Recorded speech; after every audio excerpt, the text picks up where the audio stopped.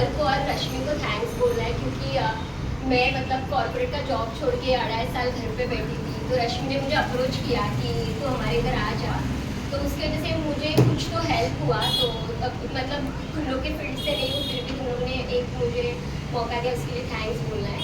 और मैंने ये बच्चों के लिए पोएट्री बनाई है, मराठी में है, समझने की कोशिश करो तुम लोग, ठीक है।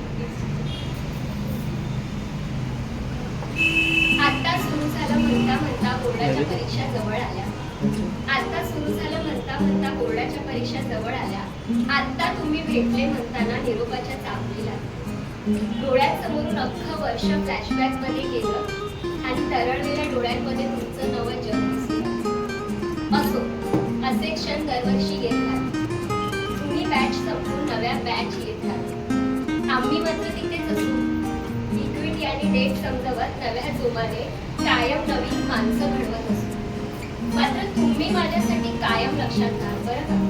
तुम्ही माझ्यासाठी कायम लक्षात राहाल, माझ्या नव्या सुरुवातीमधले पहिले साक्षीदार असाल। आयुष्यात कायम पुढेच चालणार, नसेल काही जमत तरी प्रयत्न करत राहा, चांगले वाईट अनुभव वाट्याला येत राहतील, तरीही तुम्ही कायम त्यात सकारात्मकता शोधत राहा।